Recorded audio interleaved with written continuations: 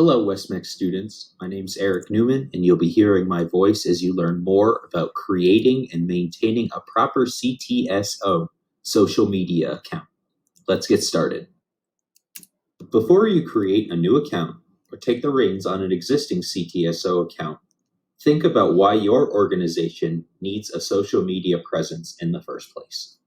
The answer is threefold. First, you want to share what's going on in your program, both to the rest of West-MEC and the community.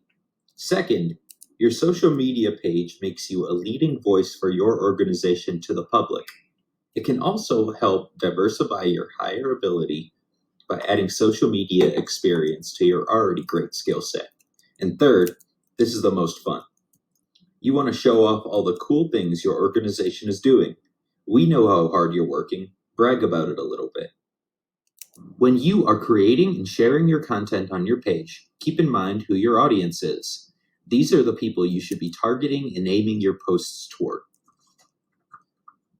Aim to present to industry professionals, including teachers, managers at companies in the industry, or other professionals that might benefit your organization by seeing your page, or that may attend or participate in your events.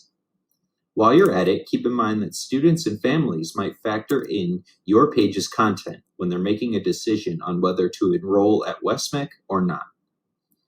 Also think about any others you may be targeting that I have missed. When you're creating an account for your CTSO, think what social media platform would work best to get your message across. Each has its own pros and cons. Here are examples of the ones we use. We don't use Snapchat or TikTok or the others, just these kind of more traditional ones. Here are a few guidelines for your page. A full list of the guidelines can be found on the final slide of this presentation. As we mentioned before, keep your page's purpose in mind. Create and share content that does just that. Designate a social media officer. He or she should be in charge of posting, sharing, and running the account. The officer should also select somebody to pass account info on to when they graduate or are no longer in the role. Be professional. You're representing the group and your fellow students, so act like it. Don't share your passwords with anyone other than the communications specialist, which is me. Again, the full list of guidelines is on slide 8 at the end of this presentation.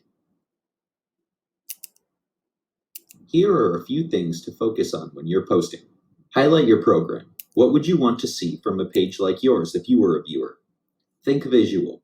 Take plenty of acceptable photos and videos, as that can drive engagement.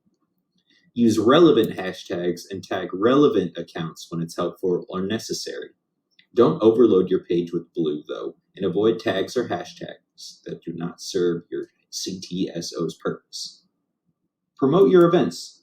During the pandemic, there are less in-person events, but in other times, you can use your page to drive attendance. Here are examples of some good posts. You can see pictures, graphics. It's all professional, but they're kind of showing off some of the fun stuff that they're doing. Thank you for listening to this presentation. We've just got a couple more things to get done. For housekeeping, send your username and password to carissa.coda@westmec.org and eric.newman@westmec.org. Carefully read the CTSO account guidelines on the next page. They've got everything you need to know about running your page. Enjoy it and good luck. And as I said before, this is the first page of the guidelines. These are kind of the official ones.